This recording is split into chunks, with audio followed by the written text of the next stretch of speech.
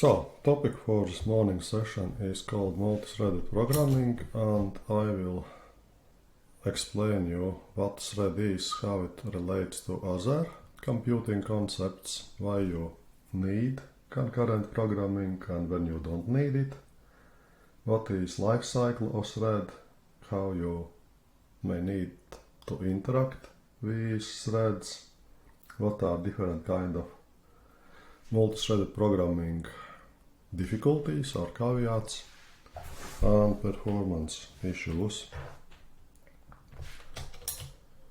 So, before we go into what is thread, probably for those of you who have less experience, we should review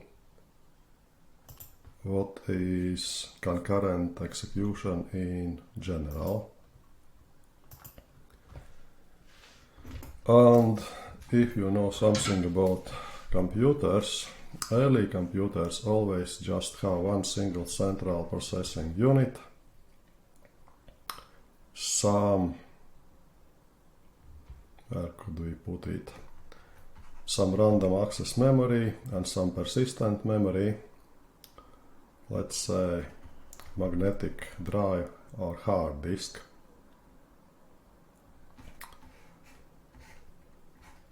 And there is, if we could, let's put it in a following way.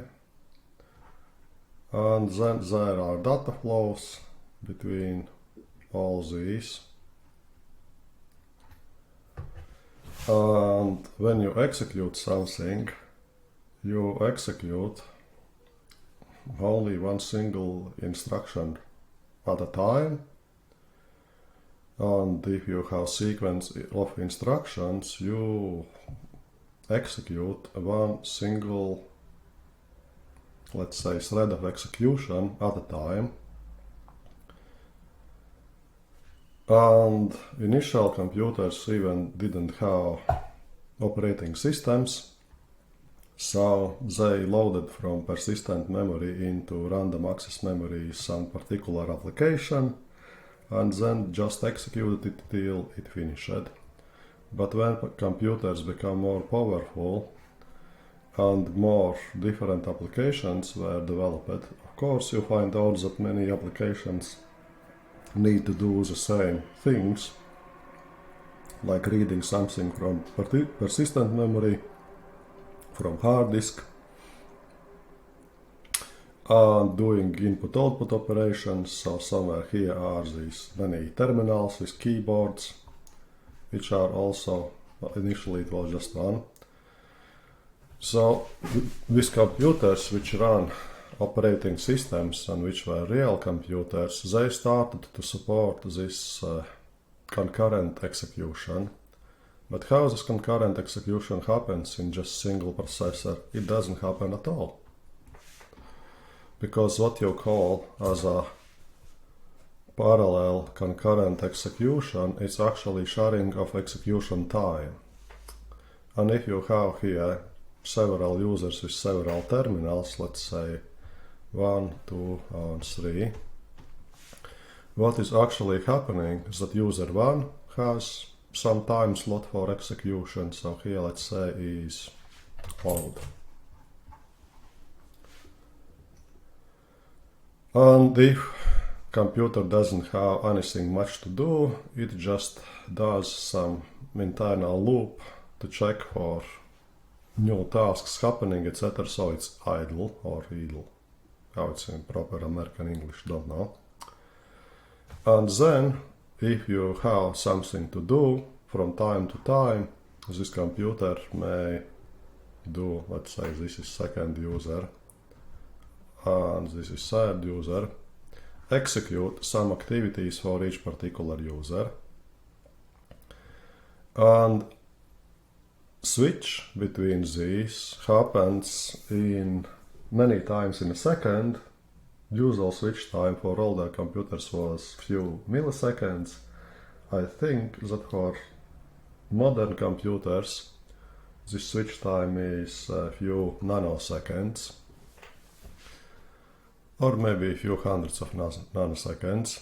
And then, if you look on all this shared time with very blurry sight, then you can abstract this, that all these three users were actually running and executing their tasks concurrently, but this is just blurry view and abstraction. So this is just abstraction, because what actually happens that each of users takes their own time on each of applications, and you can always check.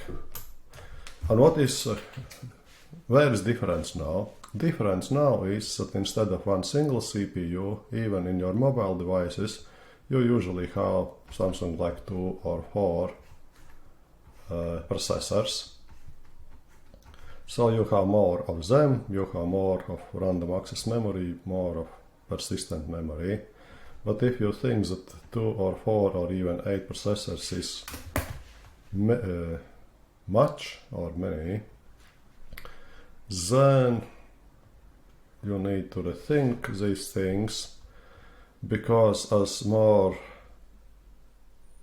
operating systems become more and more feature rich and maybe feature bloated, like proprietary operating systems, these pseudo concurrent slots of execution or these different kind of processes become more and more. And for example, you may look on different graphical monitoring tools on Linux workstation. But problem with graphical tools is that if you have different graphical framework and environment, then these tools are completely different. But one of de facto standard tools for text interface is called TOP. And as far as I know, definitely it works for BSD, and I think it works also for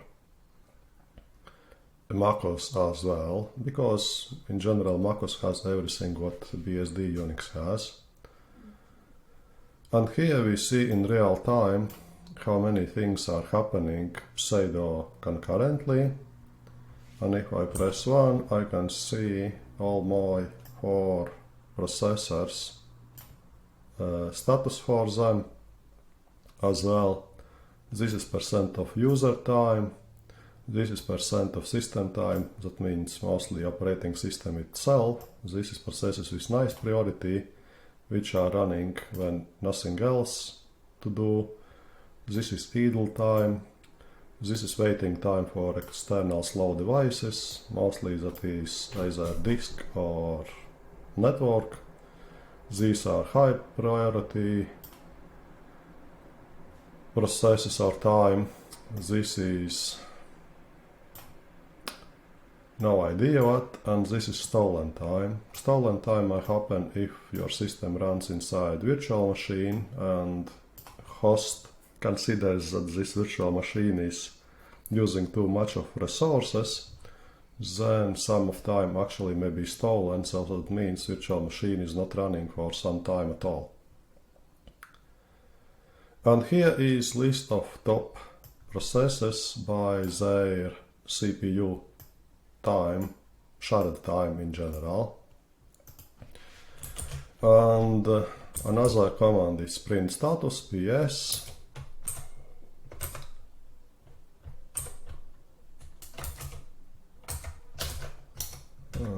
Let's do just this. So this shows complete list of all processes running pseudo concurrently on my computer now.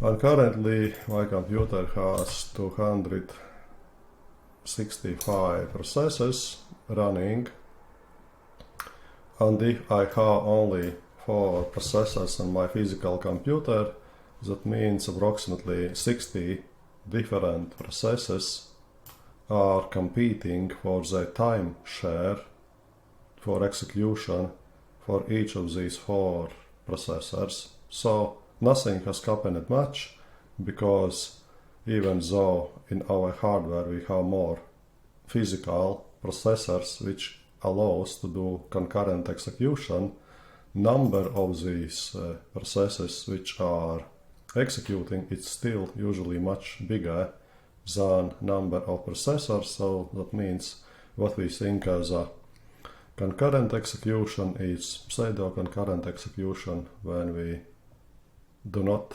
look into more details. So far I told you how this concurrent execution happens in separate processes. So each of separate processes has their own virtual CPU, or actually time slot when it can be executing. Then of course they have their own program counter which counts progress so far, how much things were executed in this separate virtual CPU, and of course they have separate virtual memory. And that's about processes. But when applications itself became bigger and more complicated, programmers find out that there could be some benefits of pseudo-concurrent execution even inside one single application. Typical thing for such applications is spell checker for your text editor, syntax highlighter for your integrated development environment, auto completion for your development environment or for your chat application or whatever. So only difference with modern computers is that now for modern applications, for example for this particular user which run one particular application, there may be smaller slots of time inside this particular process where several threads are competing for execution pseudo-concurrently inside this larger time slot. So thread is another shared time for particular physical processor when several concurrent execution, pseudo-concurrent executions are happening inside one particular single process. So process is this bigger one, and thread are these smaller ones. And if I look on statistics, I think capital T showed also threads, yeah. So let's double check that I still have approximately 263 processes for now, but there are 958 threads in total executed on my computer. And of course you cannot execute almost 1000 threads really concurrently on 4 processors. That means that there are approximately, let's say, 250 threads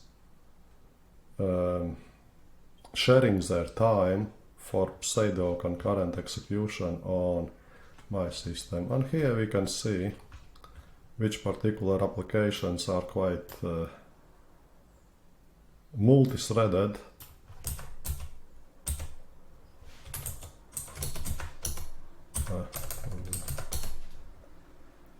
So you see that this is something I think related with sound system. Here is MySQL server. No idea what is that one. Then email application, Thunderbird, web application, Firefox, Zoom client, VirtualBox, simple screen recorder. So that's what thread is. So thread is separate time slots inside particular process, and they of course also have their own separate virtual CPU, which is like a one time slot for actual CPU time. They also have their own separate counter to check progress of execution, What they do not have separate virtual memory. That is benefit and drawback. Benefit is that inside threads you can very easily share some information between these threads because you have commonly accessible virtual memory. So if you put something in available space in your virtual memory, like you create some public data structures, then you can easily share information between them, and that is good. What is not so good is that if you have some misbehaving thread which has some infinite loop inside it and takes more and more virtual memory, then entire process will hang up because of one misbehaving thread.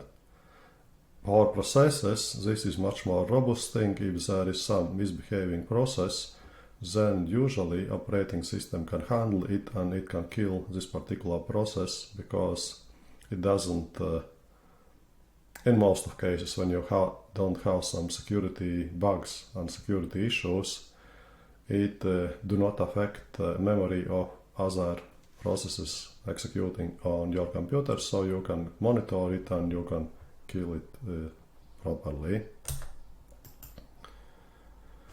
And why do you need a concurrent or pseudo-concurrent execution? In one case, you actually may have real concurrent execution. For example, you have supercomputer in your basement which has, let's say, 100,000 of processors, and then you do simulation of nuclear weapons or weather forecasting, and then you need to split these simulation models and execution in parallel calculations to make them faster. So that is about scalable performance. If you calculate everything just in single particular thread of execution or process, then your calculation will use only one single central processing unit and it will go very slow. But if you can separate this simulation and calculation and 100,000 different cores, then if you are lucky it may work 100,000 times faster. Unfortunately, I may bet that most of you will not have supercomputer in your basement and you will not have access to supercomputers, so this easy approach for scalable performance probably will not be applicable to you and to your needs. And therefore, much more important thing for average and everyday developers is better utilization of resources and dealing with latencies. And that affects your applications and code even if you have only one single central processing unit. And what does it mean?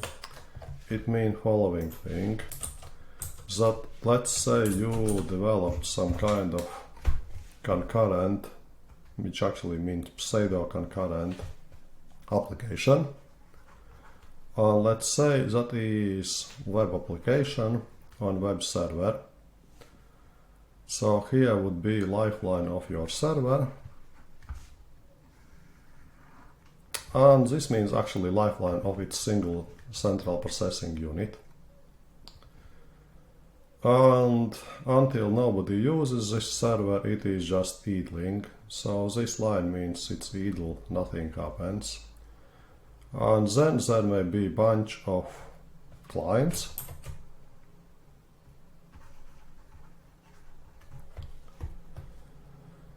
And they interact with this server. So one client sends some request to the server, then server on its CPU is processing it for some time, and then response is sent back to the client. And what is important here is that here is latency times, approximately this time. When nothing happens on client and server, just the IP packet is sent from server to the client.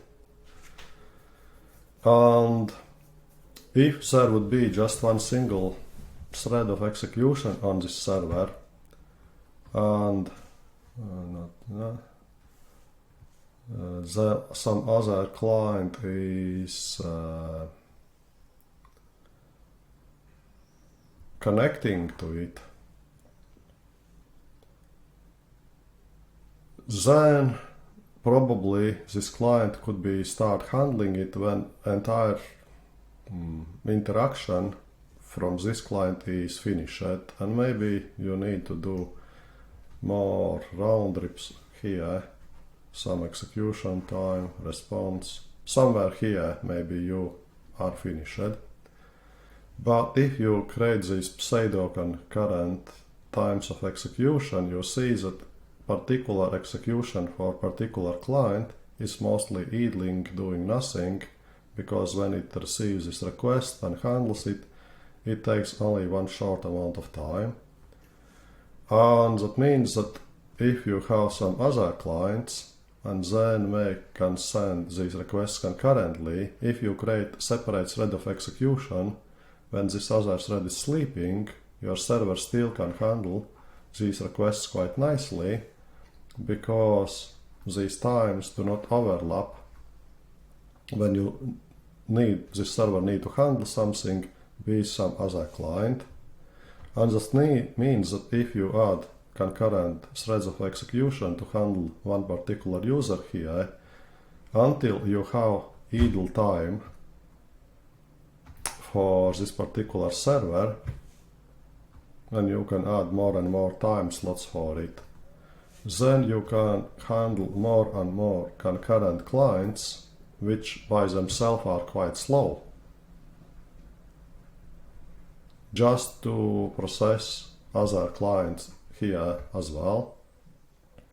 And one particular client may be working very slowly, but if you have enough free resources, when you don't need to do anything else, you can execute these and handle these other clients in other threads of execution, which also will be mostly idling and doing nothing, but you can improve your performance quite a lot because you just utilize these resources better. So that's for, let's say, client-server applications. And it may also happen in just single computer as well, because other thing what may happen inside your computer is that you have devices with different speeds. So one is network, but another is, let's say, persistent memory, which may be either SSD disk or hard disk, like magnetic disks.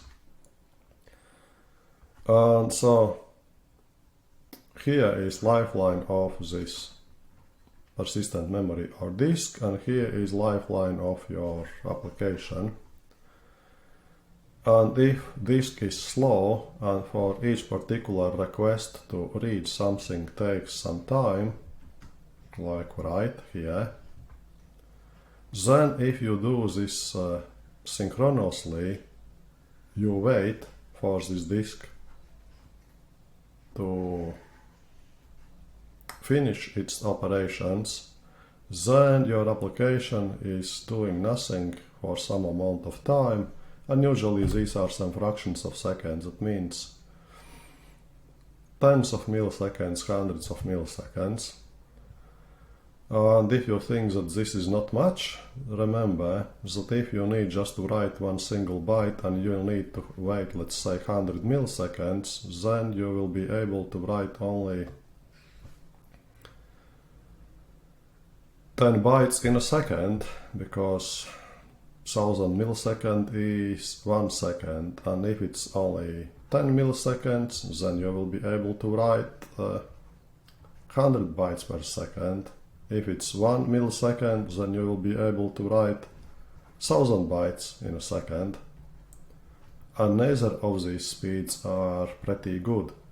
Why? Because your application will mostly do nothing. It will wait while disk is ready.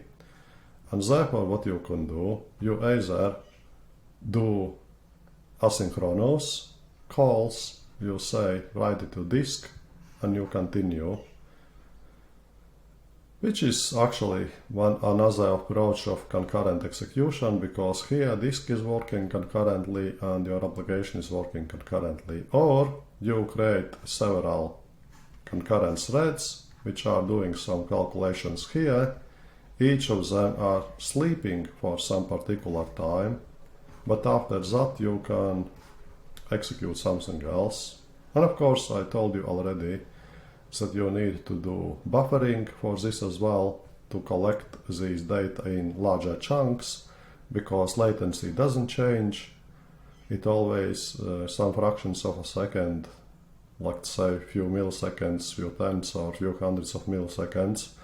But if you can write more data at once, then of course after this waiting time you will do it much faster. And so this better utilization of resources is much more important for most of the programmers, because with better utilization of resources you may improve performance of your processing 1000 times, even with just one single disk, one single processor and one single chipset of random access memory. And you will see this also in your practical exercise as well, how it works. And this scalable performance is not so important, because if you scale it up on normal computers which have only few real processors, then improvement for scalable performance may be 2-8 times, depending on how many processors you actually have. But for better utilization of resources, which means change idling time to doing time, these improvements may be 1000 times very easily. And how do you do it in Java?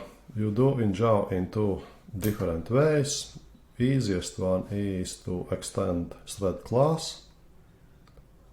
And when you extend thread class, you have to override run method. And in run method, you write what you want to do in this pseudo concurrent thread of execution. And then you create new instance of your particular object which extends thread, and you call start method. And remember, run method is method which will be actually executed, but you start concurrent or pseudo concurrent execution calling start method. If you will create this object and will call run method directly, it will still be executed in the same thread of execution, no concurrency, and that may be very useful for debugging purposes, because concurrent execution of course is much more complicated than single-threaded execution. And if you try to execute such code, you will see that done is printed out before actual activity, because it is executed in separate thread.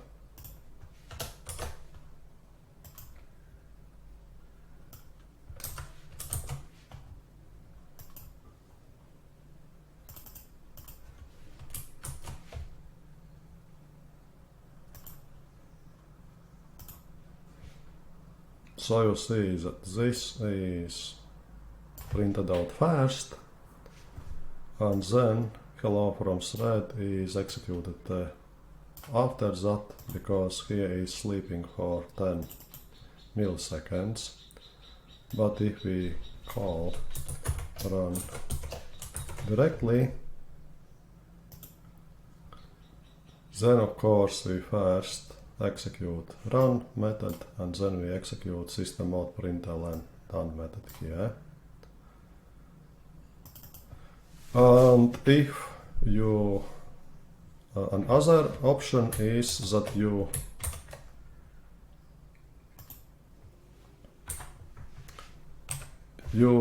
implement runnable interface, then you need to implement its run method, and then it's a little bit more complicated, because then first you still need to create new thread object, and thread object is all needed data structures which are needed to management of this time sharing. Remember that in reality there is no concurrent execution, at least most of times, but this is time sharing for execution between these threads, and to unload everything from registers of processor in virtual memory to load for some other thread and start execution, you need to do different kind of management. So all this management is happening here in this thread object. So you still need to create thread object, and then you pass constructor of your runnable class as a parameter to it, and then again you call start method. And so it's a little bit more complicated, but it's a little bit more elastic, because then you can extend some other class, because you can implement many interfaces in your class. So for simple applications you may extend thread class, but for more complicated things you usually implement runnable interface. And yeah, which is better? Implementing runnable interface is more flexible, has more management features, but extending thread class is simpler. Now about lifecycle of the thread.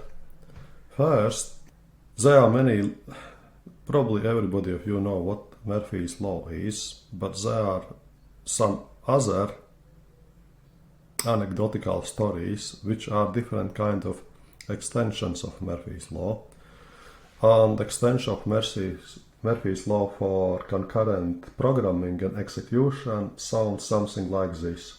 If you have a problem and you think, aha, I will solve it using threads, then you will have many problems. And first approach is always to not do concurrent programming at all, because premature optimization is always bad thing to do, and multi-threaded programming is also, it always makes things more complicated, and if this added complexity actually do not have enough benefits, then you just make your application more complicated, and that's it. So where this complexity comes from? Complexity comes from these things that there is only pseudo-real execution, and you can't directly manage how exactly these concurrent threads will be executing, which will be fast, which will be last, etc. Because when you create this new thread object, either by creating it directly or creating thread object and pass constructor to your class which implements runnable interface to it, etc. So you create all these new data structures, and then you call start method.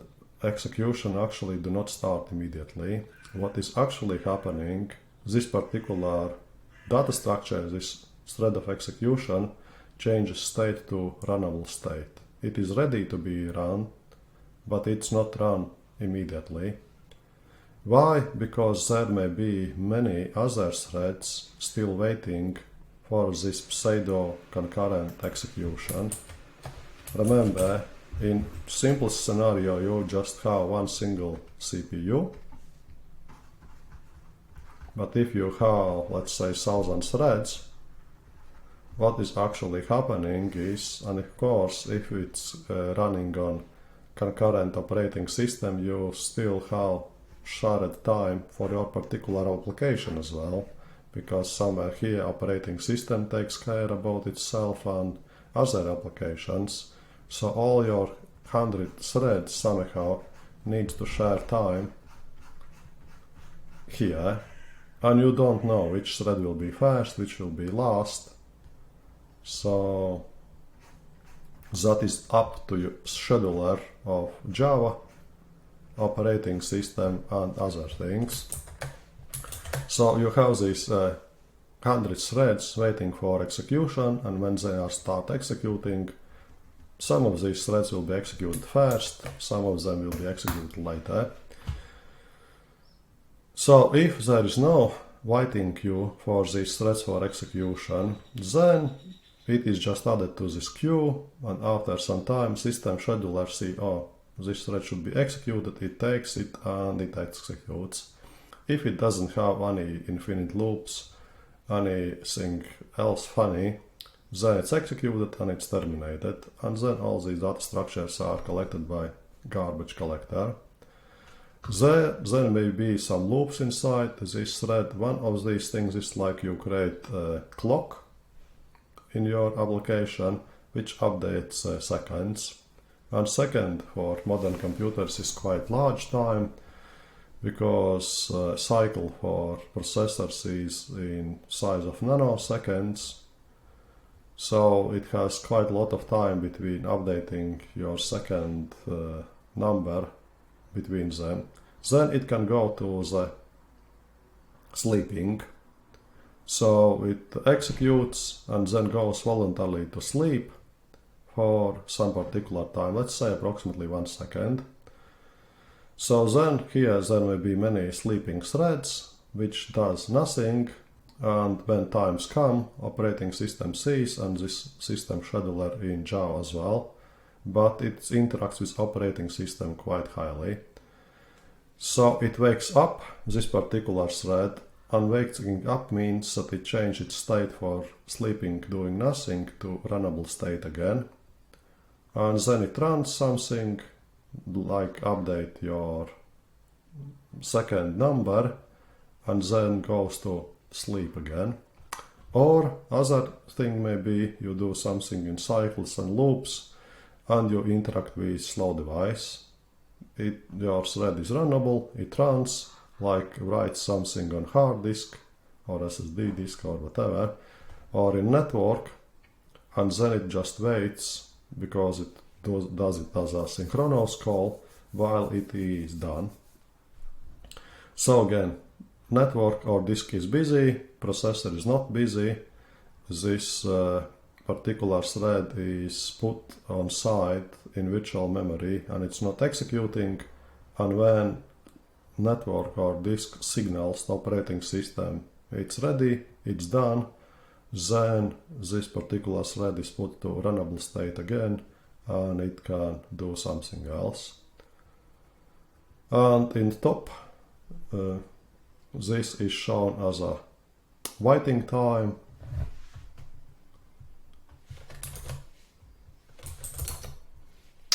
And this part.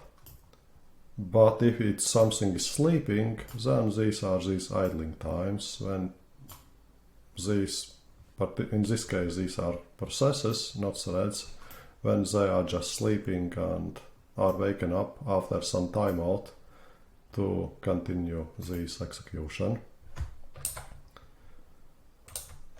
Here is list of methods what you can do. You can first you implement run methods and you start them concurrently. You can put priorities between them, and you can check is it alive, and you can join them, and you can notify. For example, notify methods means you wake up particular thread after time has passed, and notify all means you can wake up many threads which were sleeping before.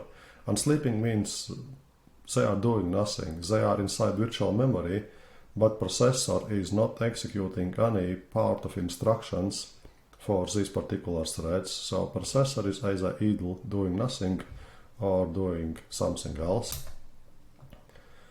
And then you may need to interact with threads. One of important parts is that you may start concurrent execution, but you also may need to check when this concurrent execution has finished. For example, you have your super-duper application to simulate nuclear weapon or weather, and then you start it in concurrent threads, let's say in 100,000 concurrent threads, but then of course you still need to know when all these compilations were finished, and you do this using join method. Join method will either sleep and doing nothing, or it will block execution. So it will not execute until this particular thread has finished its task. And if you will add some timeout here in milliseconds, it may fail with this timeout exception. For example, you couldn't join it after blah blah blah milliseconds. But if you do not add this parameter here, it will wait forever until this particular thread will be joined. And that's one thing. Other thing you may need to do is share some data. And typical thing when you need to share some data is, for example, very simple and stupid thing like counting how many different threads you have running. And problem with such shared resources is that timing is very important. If here, and now let's say make time in this direction. So here is lifeline of your counter, and here is pool of your threads. Then what may happen here is that, let's say initially it's 0, one of these threads from this pool reads what counter is, it's 0, and it writes this counter here, now it's 1. But one of other threads may be more successful, it reads that it's 0 later, but it writes that it's 1 earlier. And now you have two concurrent threads running, but your counter shows only 1. And that's a big problem, because then this means all your shared information actually is just garbage. It doesn't represent these things. So what can you do? You add this synchronized keyword, and you have solved it. So this particular thread will not be able to read-write this counter during this time, but it will need to be waiting. So it will be only to be able to read 1 here and write 2 here. And if you have some other thread, it will be need to wait. It will read 2 here and will write 3 here. And that's a problem, because if you add this synchronized keyword, now your calculation goes precisely, but you added threads which need to wait into queue for execution to read-write this particular counter here. So you added bottleneck. Everything else here may go concurrently in parallel, maybe 1,000 threads, but reading, writing to this counter object still goes in sequence. And that means this is one of bottleneck for your particular execution. And therefore you need to do synchronized keywords only when you really need, because any time you add synchronized, you just nullify benefits for concurrent execution, because here it will not be executed concurrently, it will be executed strongly in sequence. And how it's done? In Java it's done in the following ways: that every Java object has lock with key, and if you have lock, you can unlock this object and change it. If you have key, then you unlock it and change it. If you do not have key, you need to wait into queue until this key is taken. And that's about locks. And that means every time you add a synchronized keyword or any other synchronized resources, your state diagram of these threads becomes a little bit more complicated, because then you have another state for these threads, and your threads may be waiting to go into this particular state. For example, when you start running particular thread, it goes into this synchronized keyword and it blocks some resource, and then it executes it and unblocks it. But for example, for things like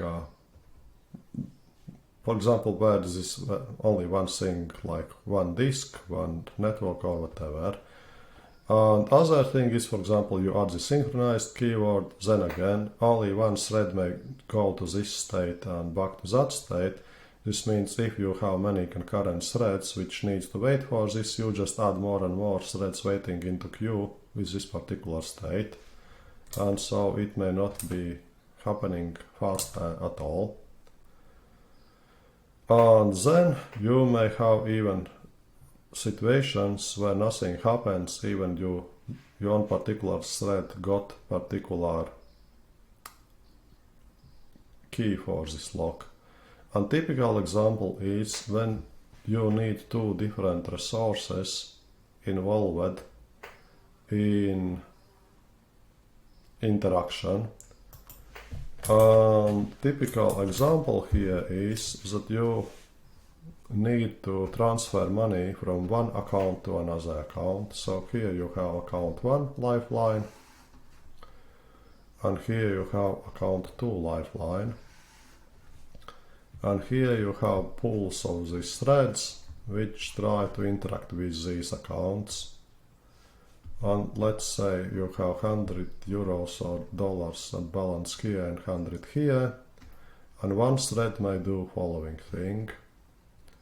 It may read $100 here from this balance, $100 here, and it wants to transfer money, $50 from this account to that account.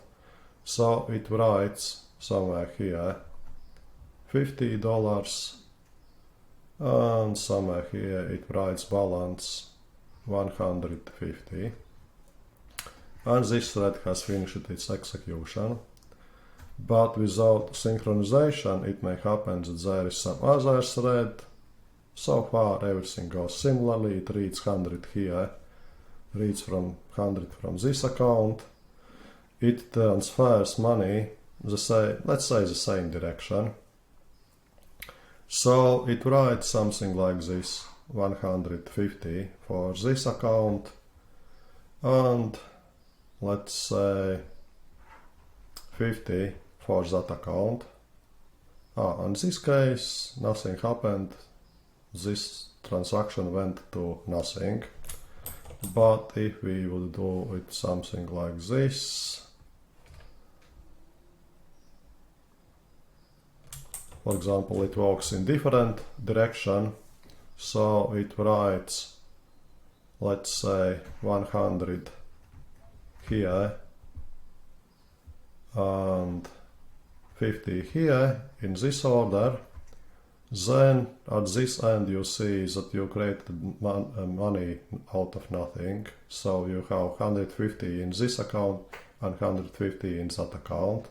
And depending on what is precise sequence of these particular events, how you change your balance, you can create more money, you can lose some money, so it's very bad. So what do? You always add synchronization for these resources that you can get access to them only in sequence. But then you introduce other problem that if you lock these two resources from this time to that time, it may happen in following way, that one of these threads locks this particular count, but other thread starts in opposite order and it adds lock for this particular account, and this thread cannot get lock and lock both accounts to transmit money because this is locked. And how do you deal with this? You deal with this with embedding and building in timeouts for each particular operation. So here, if one got this lock and another got that lock, neither can do complete operation, so they finish this timeout, and then this acquires this lock, and maybe it's successful and acquires this lock first and executes this operation, and other thread then gets lock for this account and gets lock for that account and does this transmission and ends up here. So anytime you have more than one synchronized resource and more than one concurrent thread of execution, you also may get this deadlock situation when nothing happens because neither of threads of execution may get synchronized access to all needed resources. Of course, in more complicated situations, you even may need more than two different synchronized access to more than two synchronized resources, but minimum amount to get deadlocks is that you just need only two of them. So that's about locks.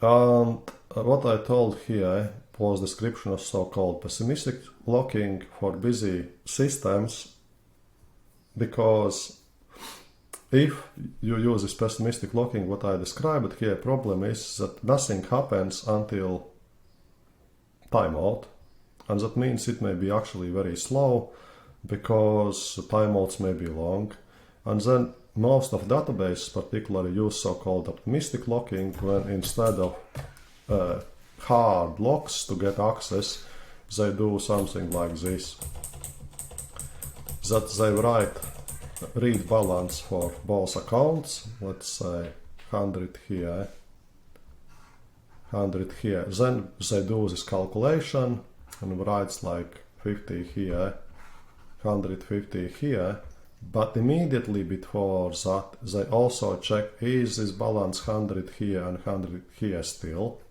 If it's still 100 here, 100 here, so also reads that and reads that.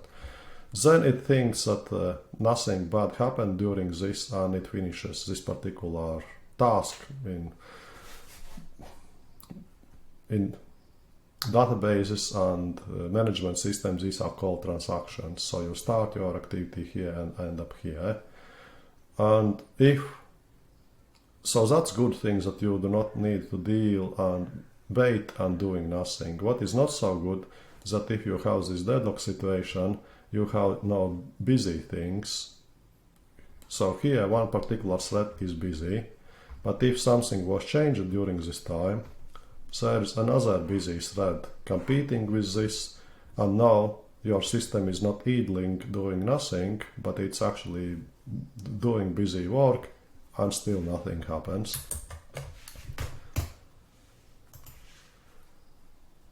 And then you may get different kind of other problems like starvation. Starvation is when one particular thread of execution is much more unlucky than other threads, and it needs to wait for execution in queue much longer times than every other thread. Usually starvation may be in most cases may be avoided, that as longer as this thread is waiting for execution, as higher its priority becomes, and sooner or later this particular thread has the highest priority and it will be executed first after some time. Another thing is like live lock, not deadlock. In deadlock, nothing happens, you just wait for timeout.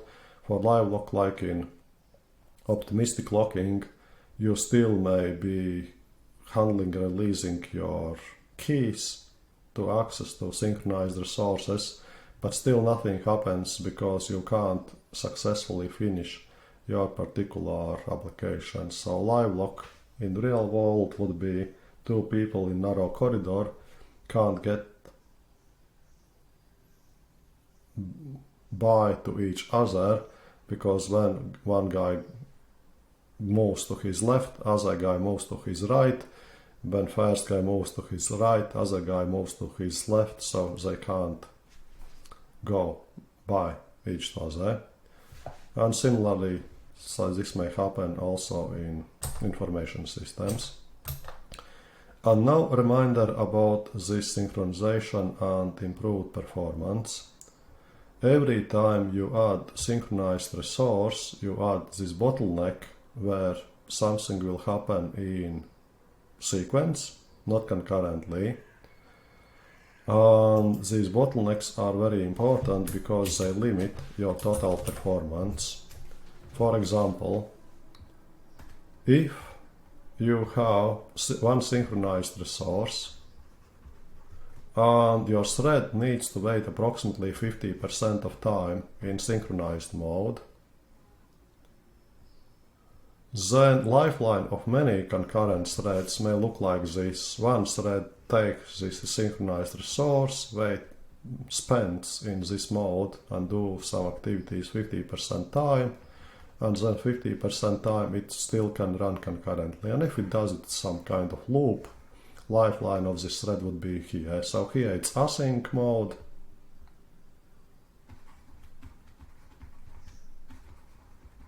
And here it's synchronized mode, and this is lifeline of the synchronized resource. Then other thread, if it's more or less lucky, may do it in complete opposite. When this thread is doing in synchronous mode, it works in asynchronous mode, then in synchronous mode, in asynchronous mode, synchronous mode, etc. And if you will add more threads in this particular case, this next thread will need to wait,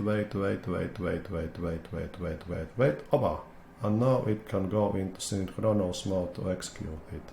So adding more threads here, if each of thread takes approximately 50% of time to deal with this synchronous resource, you can improve total performance only twice. So half of time synchronous mode, improvements twice. If that mode time would be shorter, like just 10%, then other 40% here, other threads may be working in parallel mode, and then let's make it simpler. So if it is just 10% of total time, then lifeline of particular thread would be something like this. Asynchronous mode, 90% of time. Synchronous mode to get to this resource, and here is 10%. And 90% asynchronous mode, and 10% if it does something in loop here in synchronous mode. Then you can add approximately up till to 10 concurrent threads in hope that sooner or later they will self-synchronize their execution mode in such way that while this particular thread is working with synchronous resource strongly in sequence, every other thread is working asynchronously doing something else. So then you can see you can get improvement up to 10 times if you are lucky, if everything for this thread management goes well. And similarly, if you have just 1%, then you can get till to 100 times, etc. So if you want to improve this, let's say, in total performance 100,000 times, then your concurrent threads cannot use more than 100,000 times of, or 100,000 times of fraction in synchronous mode to synchronize it with other threads. Otherwise, you will just have many threads waiting into queue for this particular resource. So, and that is a reminder about these threads for execution, and particularly because of overhead management, etc. Usually you do not even reach this theoretical limit. For example, if you have 50% of threads for execution working in synchronous mode in one particular synchronized resource, then with 2 threads you even cannot get 2 times improvement, you get little bit less. And then when you add, and you have, for example, 16 processors, and you have 16 threads of execution, only then maybe you get just 2 times improvements for your total performance. So it is quite costly. 50% time in synchronous mode, you need 60 threads and 16 threads, 16 processors, just to get improvement twice. And it's, if you spend less time, like just 5%, then you need approximately 2000 processors to get improvement for 20 times. Why it's so slow? Because of these management overheads. Because every time you create new thread of execution, you add complexity to your program and you add weight. And everything related to management itself will still take processor time, but it will not execute what you needed to execute inside this particular thread. And therefore, because of that, every time you need to synchronize something, etc., don't fool yourself that you will be able to increase it as many times as you have processors in your particular hardware. Usually you will get improvement approximately 2, 4, 16 times less than number of your actual processors because of these management overheads. And with that, I think we have finished review of theory about multi-threaded programming. Do you have any questions or comments about that?